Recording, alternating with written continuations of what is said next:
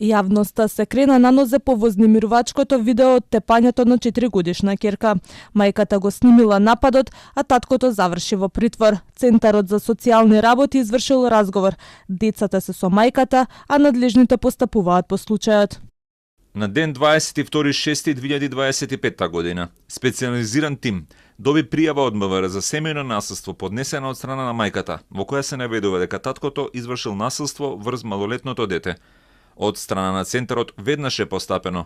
Воспоставен е контакт со мајката и е понудено сместување во шелтер, но истата го одби тоа. За ден 23.6.2025 година е закажана средба во центарот на која мајката се појави и беше спроведен разговор со истата. Постапено е согласно законските прописи и како институција ги презедовме сите потребни мерки за заштита на правата и интересите на децата. За да се надминат последиците од вакви сурови физички напади, потребна е брза стручна помош. Некој да се грижи и работи со нив, сметаат психолозите.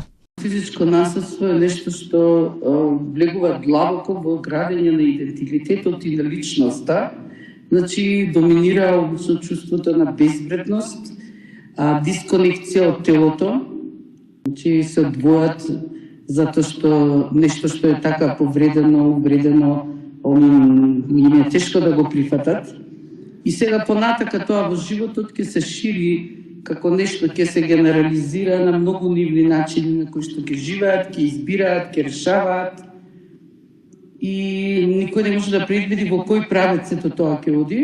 Родителите имаат клучна улога во воспитувањето на детето, а кога тоа ќе почувствува и доживее ваква траума, ако не се вклучат стручни служби, може да се чувствува виновно за тоа што се случило, велат од детската амбасада Меѓаши.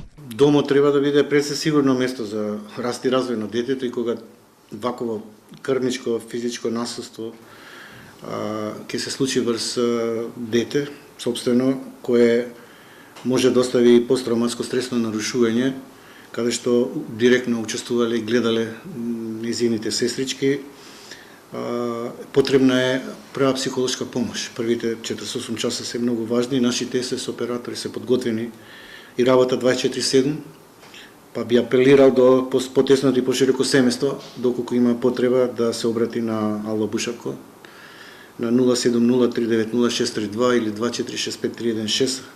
Разговарав со нашите оператори и тие се подготвени да дадат прва психолошка помош. Основното јавно обвинителство покрена постапка против осомничен татко за семејно насилство врз неговата малолетна ќерка родена во 2021 година.